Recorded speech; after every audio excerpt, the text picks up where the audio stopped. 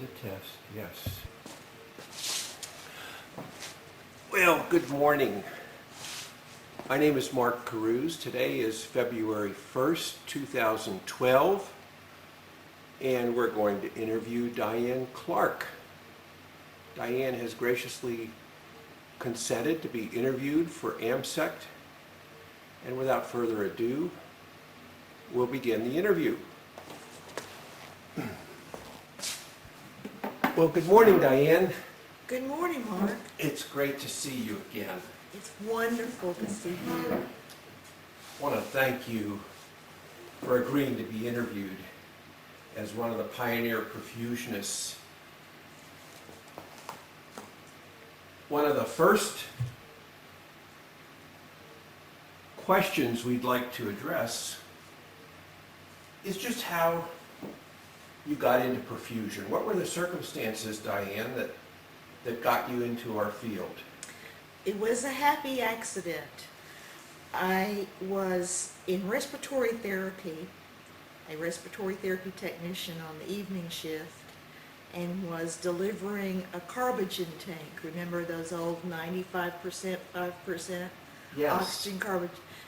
One of those huge ones. Is that an H cylinder? Yes. To surgery.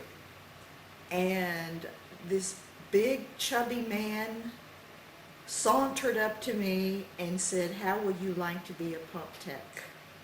Is that right? And I thought he was talking about some kind of plumber. And so I asked him, "What is a pump tech?" And he told me that. He told me what it was and that they were starting a school.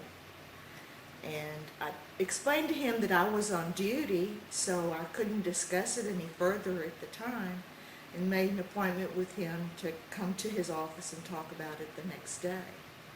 Well, I did that, and then he immediately showed me into Dr. Cooley's office, which was a little closet of a thing at the time.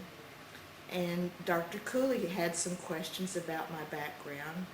One of the questions he had was, "Do you have a degree?" I said, "Yes." And he said, "What is it?" I said, "A Bachelor of Science." And he said, "What in?" And I said, "Theology."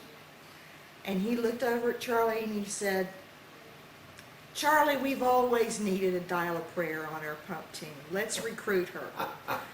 So Wonderful. I entered the first class of Texas Heart Institute School of Perfusion Is that right? the next day. And what year was this, Diane? The end of 1971. Really? And this was at St. Luke's Hospital? St. Luke's, which at the time was joint with Texas Children's Hospital. Okay. Had the Texas Heart Institute been founded yet in 1971? Yes, it had. Okay. And how long did you practice perfusion, Diane? I practiced perfusion from 1972 until 2011, with a 5-year break when I went to what I sometimes call the dark side. I was a hospital administrator from 1981 to 1986. Right. I remember that well. That was in Birmingham, Alabama, right? Yes, yes. Tell us a little bit about what the first perfusion training program period was like at St. Luke's. How long was it, and how many were in your class, and really, how was the training conducted? On the job, to be quite blunt, and then between cases or after cases, we would get together in a small conference room, and Charlie would espouse his wisdom about perfusion. And I did a lot of reading on my own, and every time I did a case, supervised of course, I was tested during the case. Sure.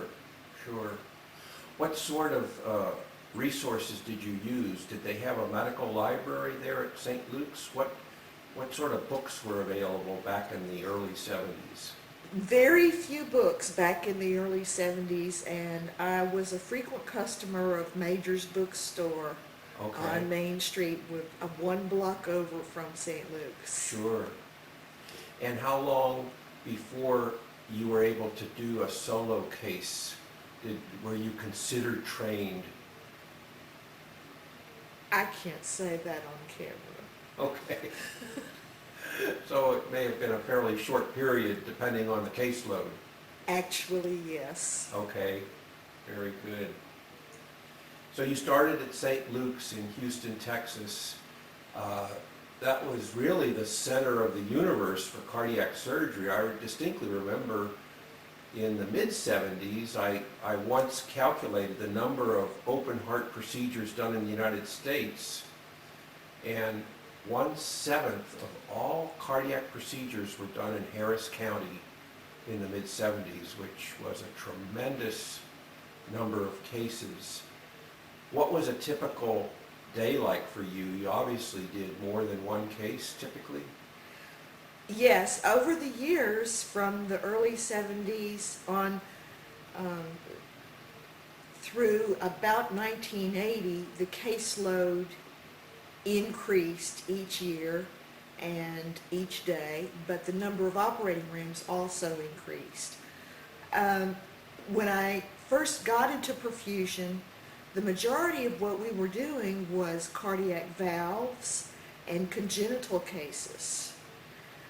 Dr. Cooley, I think, was very wise in having the forethought about what coronary artery bypass would do to the field of cardiac surgery. The day when I first started, the day would consist of about 6 cases, and as I said, mostly valves and congenital. And when I left, there were days that we did more than 30 cases. Goodness. And that was with a team of how many people? How many perfusionists, Diane? I think when the days we did 30 cases, we had a team of around 10 to 12. Okay. Were there other activities that the pump team at Texas Heart in those early days got involved with? Say, ventricular assist or cell salvage? That may have been before they really came on the scene, but what did you spend most of your time doing as a staff perfusionist? Running cases and teaching classes. Okay. So you were exposed to a lot of the folks who are still in the field. Some may have retired who came through the Texas Heart program. That was probably the largest program at its time, wasn't it? It was. We had a friendly rivalry with Cleveland Clinic, but it was very large. Sure, sure. So you were at St. Luke's. How many surgeons did you work with? You mentioned Dr. Cooley, obviously. Were there any other surgeons that you remember working with during those years? I certainly can't name them all, except I know I worked with Cooley, Hallman, Rule, Sandiford, who is now dead, David Ott, and actually many others. Jim Livesey was starting his residency at the time that I left. Okay. Bud Frazier, many surgeons' names I at least recognize. Sure. Among those that you just named, do any of those surgeons stand out as particularly impacting your career or making an impression on you as you continue to work in perfusion over the years? Obviously, Dr. Cooley.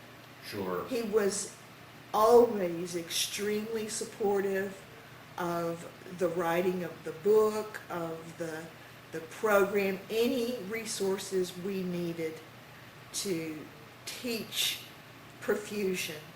He found for us. He was very supportive. I don't know if you knew this, but his bachelor's degree was in English. I did not know that. And he had the skill of being able to dictate, in my opinion, a publish-ready paper when he needed to dictate something.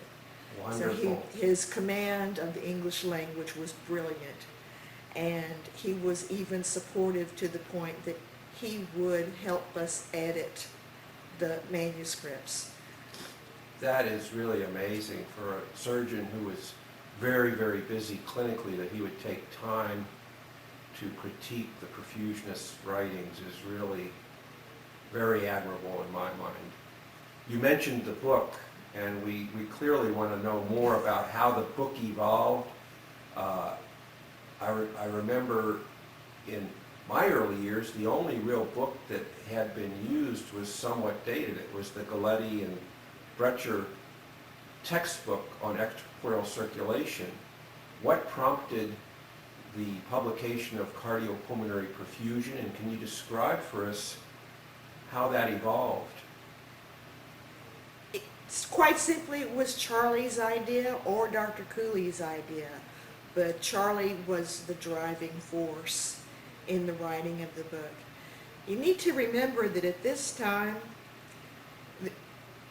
there were very few books, and there was no such thing as a computer. So what we used was little microset recorders, and we called them secretaries at the time. Our secretary, now they're called administrative assistants, Kathy Atkinson, nicknamed Cut and Shoot from Cut and Shoot, Texas, Right. would type the manuscripts, and we would edit them. We worked on it a chapter at a time, and proofread and edited and proofread, and then they were published by Carlos Triola's company, one chapter at a time, and then eventually became a book. Sure. One of the things that I remember about that book that was so useful was all the wonderful drawings. There was a fellow named Timothy Hengst, I believe, who not only drew the anatomy and some of the spectacular illustrations, but also the equipment that was used. Can you tell us a little bit more about how he got involved in the project? We had a wonderful medical illustrations department. Again, Dr. Cooley providing anything and everything we needed.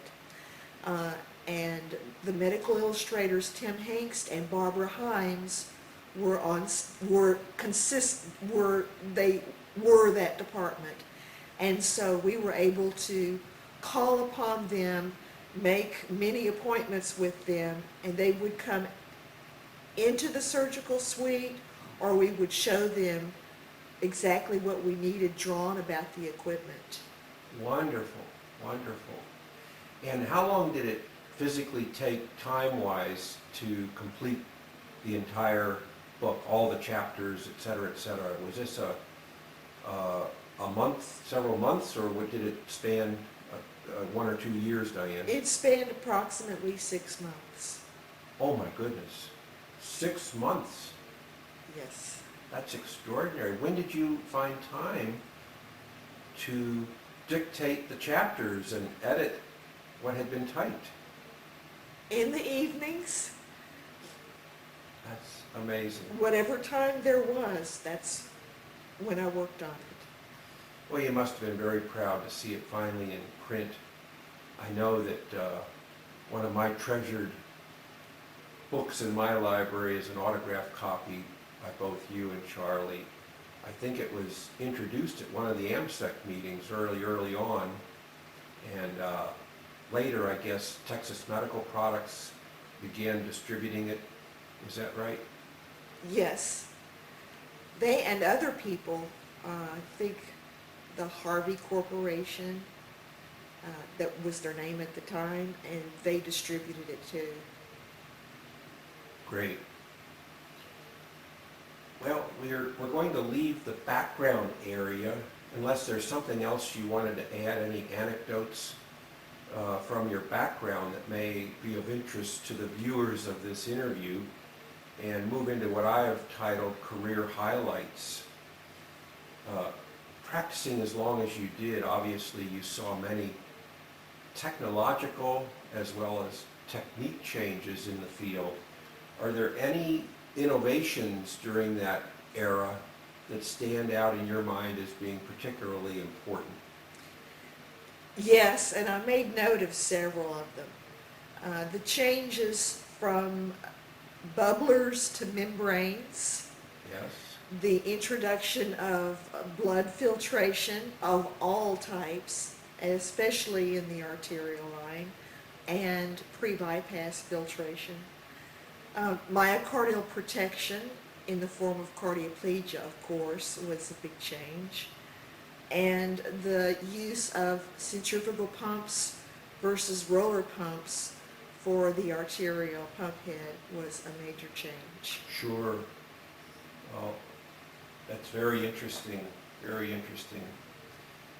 In your time at Texas Heart, I imagine that institution was obviously a high-profile place doing a large volume of surgeries, a large volume of cardiopulmonary bypass cases. Did you have any opportunity to interface with sales reps?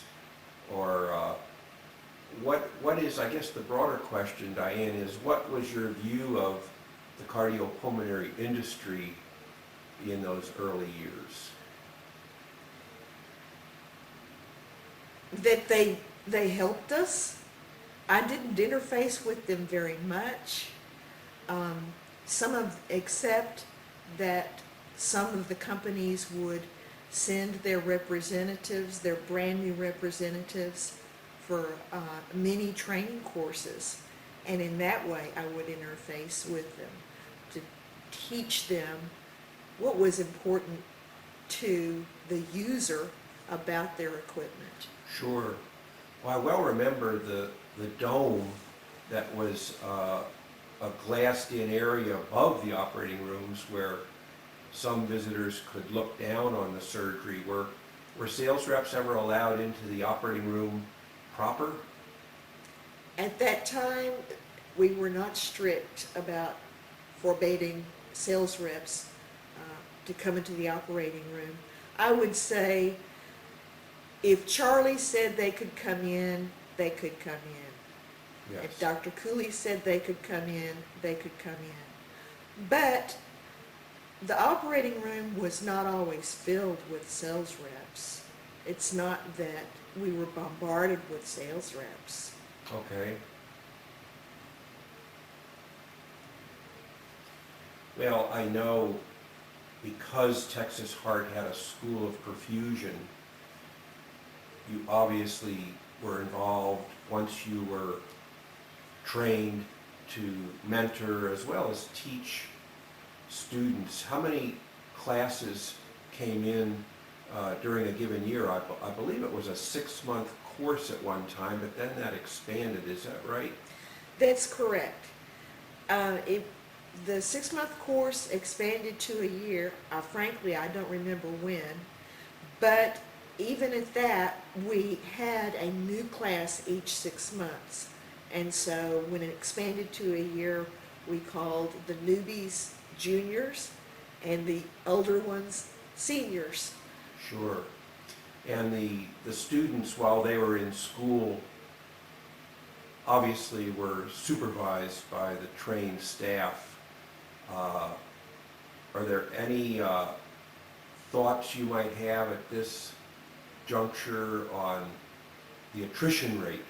Did every student make it through, or were there some that failed to meet the standards and washed out, so to speak? At one point, we had about a 25% attrition rate. Is that right? And we kept, the whole time I was there, we kept struggling, as we are now, according to the letters in perf list, to find how do you choose a perfect perfusion student. Sure. And we still didn't have the answers, and it sounds like we still are asking that question. Very good observation. tell me, before we move on to more about the school, tell me how often you were on call, how many times the perfusionist had to work in the middle of the night, how many were on call at any given time? Frankly, I don't remember that much about call at Texas Heart Institute. I don't even remember if we had it a week at a time or a day at a time. Okay. But I do remember being called in sometimes in the middle of the night. And it was tough to go to work the next day, especially if it was a pediatric case. Sure. Then over the years, I have been on call as much as 90% of the time when I was in one town alone in Alabama, and I've been on call a third of the time. Mm. And then the last position I had, I was fortunate enough to be part-time and to have no call whatsoever. Wonderful. That's a good feeling, isn't it? It is. Well, during your years at Texas Heart, obviously Dr. Cooley and some of the other surgeons did some very innovative procedures. Certainly the implantation of the artificial heart stands out as one of the most important cases probably of all times. Are there any other cases, or if you remember much about the artificial heart case in 1969? Well, that was before your time, wasn't it? That preceded me. But there was an artificial heart put in, I believe, in 1981 in a Dutch patient. Tell us about any memorable cases, Diane. That case transpired when I was an administrative resident and worked in the perfusion department only part-time in the evenings. So I was not part of that case as a perfusionist. I see. I was only part of that case to have warned the CEO of the hospital at the time that it was going to happen, and it was going to happen quite suddenly. Yes. And then a friend, my mentor and I in administration got a phone call and said that the case was underway at the time. Goodness. Well, I'm sure it attracted a lot of the press. There was a lot of news coverage of that case at the time, as I remember. Tell us a little bit how you approached an individual case, or in your case, 6 cases a day. I assume the schedule was posted the evening before. How did pump teams' cases get assigned, and once you were assigned 1 or 2 or 3 patients, how did you prepare for a case, Diane? At THI, you were assigned a specific room, and you did whatever cases were assigned to that room. And if the schedule changed during the day and they transferred a case from one room to another, you were still assigned to that room.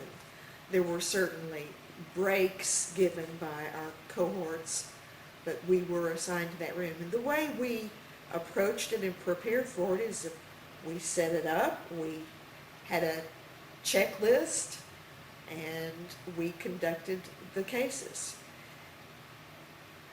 Most of the time, once the students were oriented, we would be supervising the student or teaching the student in the setup and the conduct. Yes. I know that one of the other stellar figures, certainly at Texas Heart in those days, was Dr. Arthur Keats. Could you describe briefly how the pump team interfaced with the anesthesiologist at Texas Heart? We were owned by the anesthesiologist, to be quite frank. They were the people that we asked the permission to administer anything and to conduct major changes in how we were operating the heart-lung machine. Of course, we would interface with the surgeons for things like how fast to pump and how fast to turn the sucker pumps up. But for the minute-to-minute conduction of the case, we worked arm in arm with the anesthesiologist.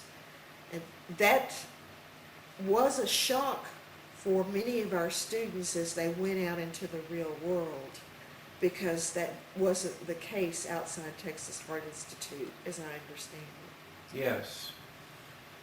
So, a slightly different aspect of teamwork prevailed at Texas Heart because of this close relationship that was, I guess, mandated between the perfusionist and the anesthesiologist. Who drew blood samples? Were you allowed to draw blood samples? And obviously those results were shared with the anesthesiologist? Oh, yes. We, hands-on for the equipment, we drew our blood samples and then shared the results with the anesthesiologist. And in my last job at Bryan College Station, I did the same thing, draw and shared the results with the anesthesiologist. Sure, sure. And worked hand in hand with the anesthesiologist about the conduct of the case. Wonderful.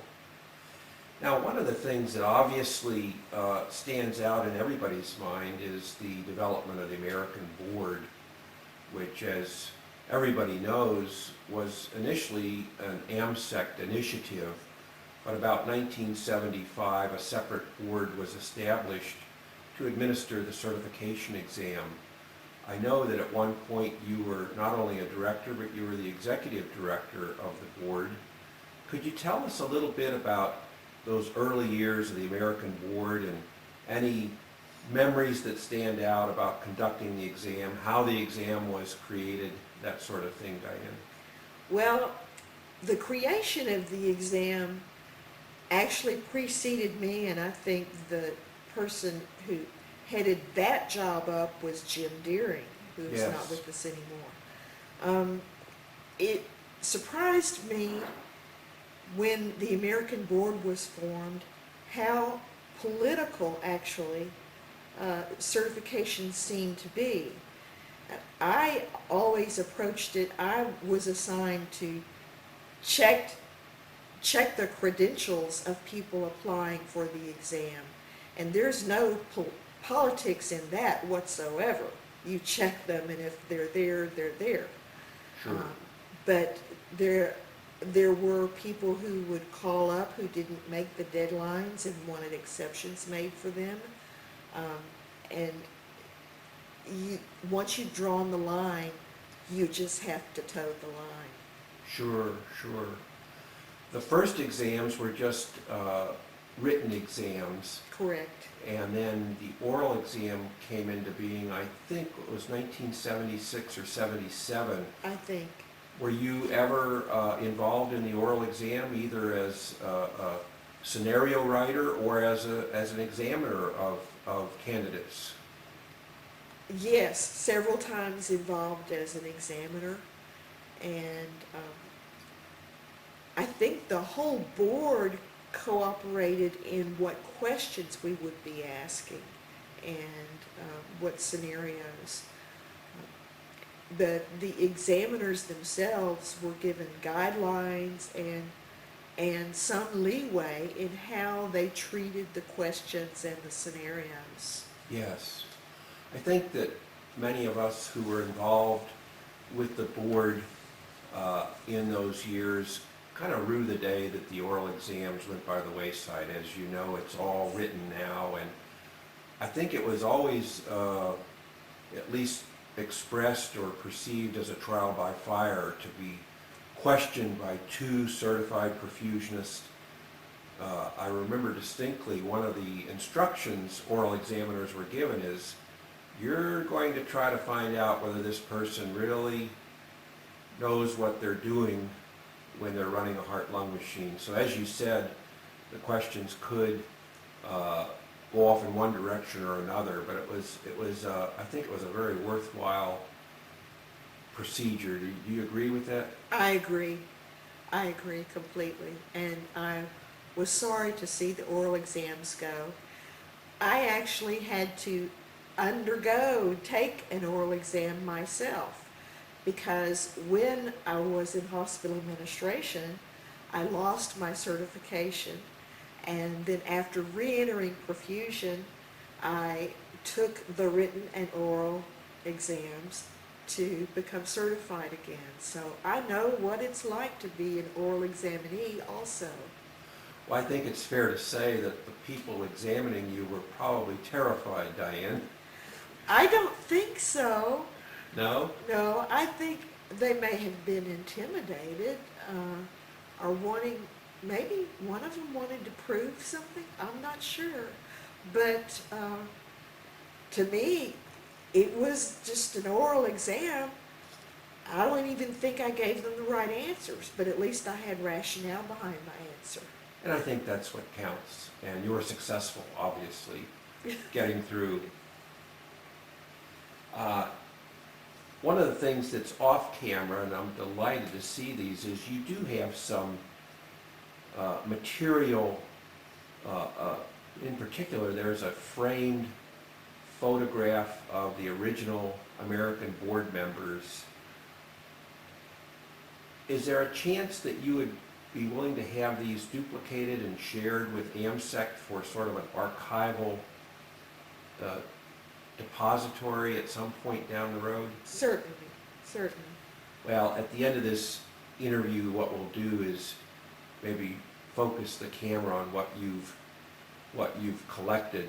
But one thing in particular stands out. There's a beautiful color drawing of what looks like an artificial heart.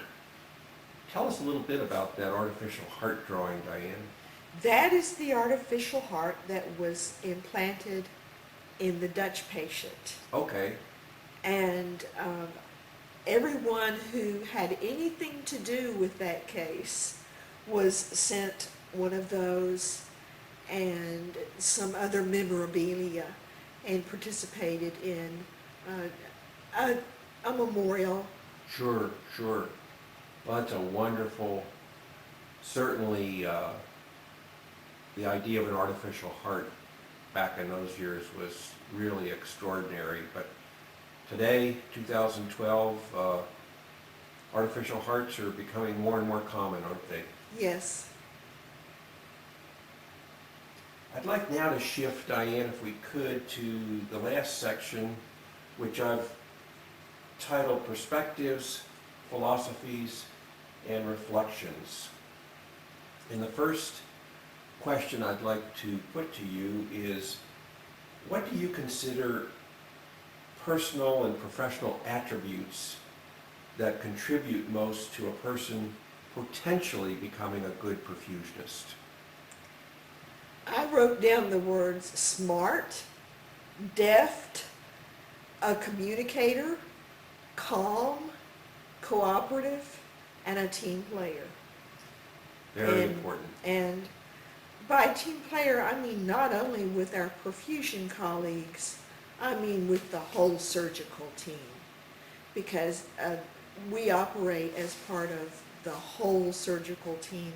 And many of us, the only interface we would have with our colleagues is when we would hand off a case to them or work on a call schedule with them. Basically, we work alone. Yes. Except at the Texas Heart Institute. Sure, that's quite true. I think that you mentioned graduates were somewhat surprised that there wasn't as close an interaction in the real world with the anesthesiologist as there was at Texas Heart. And certainly at Texas Heart, there was often 2 people per case, but in the real world, quite often, it's a solo situation, isn't it? Correct. Correct. And therefore, if something goes wrong, you have to rely on your teammates who are not expert perfusionists to help you. Yes. And to have built a trusting relationship with that teammate is very, very important and sometimes life-saving. Sure. In your later work outside of Texas Heart, did you tend to work with consistent team members, whether it be the nursing team, anesthesiologists? Cardiac surgeon obviously was fairly consistent, but or was it a revolving cast of support personnel you would have to work with during a given day? I would say every place that I have worked except for Las Vegas, the team members were consistent. In Las Vegas, everything rotated, which did not make for a good work environment, in my opinion, for anybody. Sure, sure. This next question, Diane, is very broad. It may be a bit difficult to answer, but maybe not. What does it mean to you to have been a perfusionist? Obviously, this was the major part of your working career. As you sit here today and think back, what did it mean? The first word that came to my mind was fortunate. I think that I've just been extremely fortunate. As I said, it was a happy accident that I entered the field of perfusion. It turned out to be perfectly matched to me. It was personally satisfying all of the time, and I can't think of very many fields that you could work in that you worked along with such outstanding, giving, intelligent, kind, motivated people. That's what it means to me. Wonderfully expressed. I think that's so good to hear, Diane. I think that if pressed, many of the retired perfusionists would echo those sentiments. Obviously, any career as long as the one you've had has had its ups and downs. What did you enjoy the most about being a perfusionist? Was it simply getting a patient weaned off the pump after a difficult case? Or what gave you the most enjoyment at the end of the day? Very selfishly, the immediate feedback of a case. Sure. There's nothing benevolent about it. It was just a nice, selfish feeling to have a successful case or to overcome a slight challenge. Sure. It just feels good. Sure. In any of your work situations, did the hospital setting encourage, or the surgeon encourage, the perfusion team to meet with the patients ahead of time, or even as a follow-up, or was it strictly in the operating room providing perfusion services, Diane? In every case, it was in the operating room providing services. Sure. Have you ever had the occasion, say when a neighbor or a relative of a relative was coming for surgery, that you were requested to provide perfusion services for that patient? No, fortunately. Okay.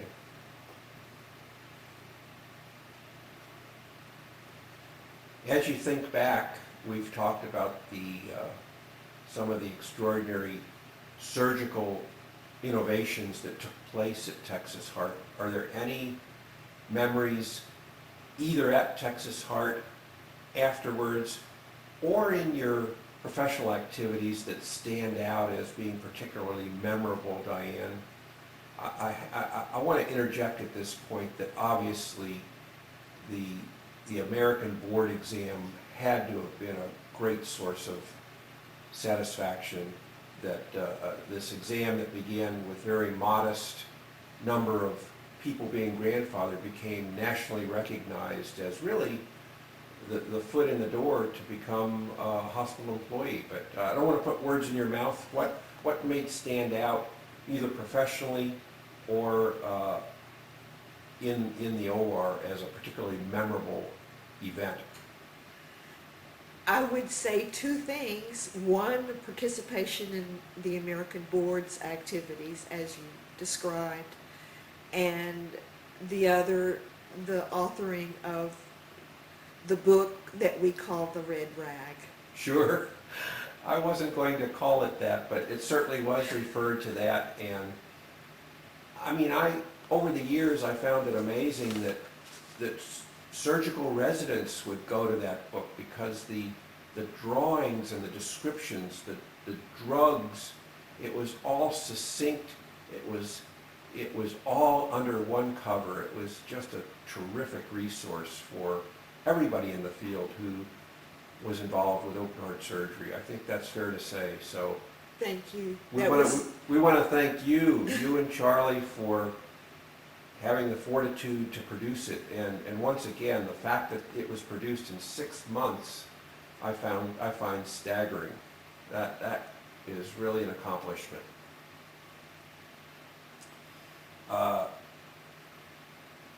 Would you permit AmSECT, obviously, to archive this interview?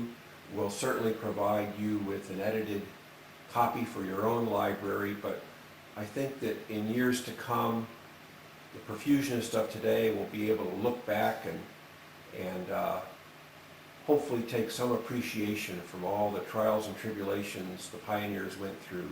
But we'd very much like to do that, Diane. Well, I'm honored, and yes.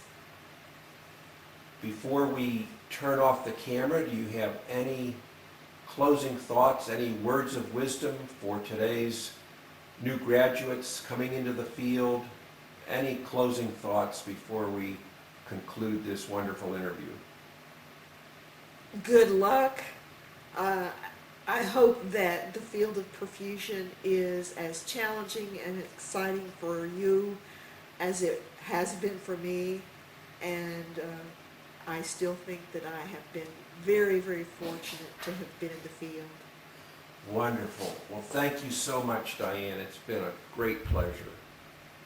Diane, we're back on camera. You've got some photographs and artifacts from your collection. Can you tell us about these and show them to the folks viewing this video? Well, the first one here is Pioneers in Cardiopulmonary Perfusion, and it's a publication that was sponsored at the time by a company named Shiley. It includes several of my mentors and people older than I have to say. Richard Beauchamp, Ed Berger, Jerry Dobbs, Leroy Ferries, Angelo Iatrides, and Bennett Mitchell, who's responsible for the term perfusionist. Right. Charles Reed, my mentor. Jerry Richmond, a very, very fine individual. Ray Stouffer, who started the school at Stanford. And I treasure this, and therefore I'm really honored to be a part of this Pioneers in Perfusion endeavor. Well, it's a real keepsake, isn't it? I well remember that. I think it was sponsored by Shiley in 1982, which is 30 years ago. It's hard to believe, isn't it? Wow, yes, yes. What else do you have there, Diane, that you might share with us? I have a photograph of the artificial heart that was implanted in the Dutch patient in, was it 1981? I believe it was 1981. 1981. Wonderful. I think either that heart or one of the earlier hearts is now in the Smithsonian Institution encased in plastic. Was this the so-called Akutsu heart? Yes. Dr. Yes. Akutsu was an early artificial heart researcher who worked with Dr. Cooley to build that pump, didn't Yes, in what we called the research lab, and we did several Sure. bovine trials of those. Wonderful. You need to sit down. What else do you have, Diane? This is a little gathering that we had in Dr. Cooley's office of the 20,000th perfusion or open heart case at the Texas Heart Institute. Wonderful. And who are the individuals in that picture, Diane? We have Charles Reed, Diane Clark, Dr. Cooley, Suzanne Dolan, Vicki Clifford, Kathy Cut-and-Shoot Atkinson. Yes. Her name's Claudia. She was a 3 to 11 supervisor, and I'm sorry, I can't call her last name. And Dinah Hilliard. Wonderful, wonderful. What other photographs might you have there, Diane?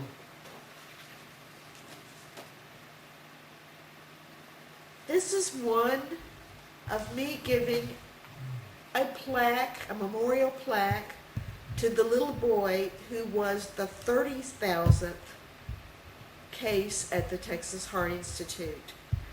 At the time, it was not acceptable.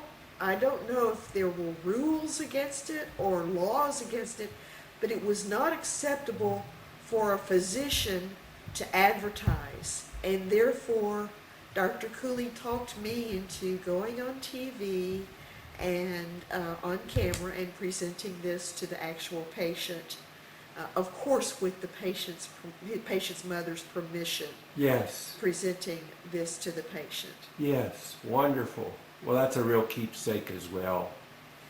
And I noticed a framed picture there was, tell us about that, Diane. I'm probably the proudest of this. This is the original American Board of Cardiovascular Perfusion. Do I have it at a good angle? We're getting a reflection of the light. Tilt it just a little bit forward. That's good. Okay. That's good. See, these are the members of the original American Board. Of Cardiovascular Perfusion when we separated from AmSECT in order to purely pursue our objective. Yes. And could you name the individuals? Yes, and I will reflect that I didn't even think about it at the time, but now I look back at this picture and what other females do you see? None. Except for you, Diane. Yes. Okay, they are Charles Reed, not with us anymore. James Deering, not with us anymore. Jerry Dobbs, still going strong. Calvin Scott, Yes. another pioneer. Me. Leroy Ferris, another pioneer. Larry Shelton, and Michael Burgess. Wonderful, wonderful. Well, those were the exciting days, as you said, when AmSECT relinquished duties for the exam, and that was the core group that, by golly, put on this exam, and look to what it's grown to now. There's Wow. nearly 4,000 certified perfusionists in the United States. Well, Diane, that's been wonderful. We'd like to again thank you for sharing your time this morning, sharing these photos. I'm sure in years to come, people will look back and just say, boy, we owe a lot to the pioneers. Thank you very much, Diane. Thank you. I'm grateful.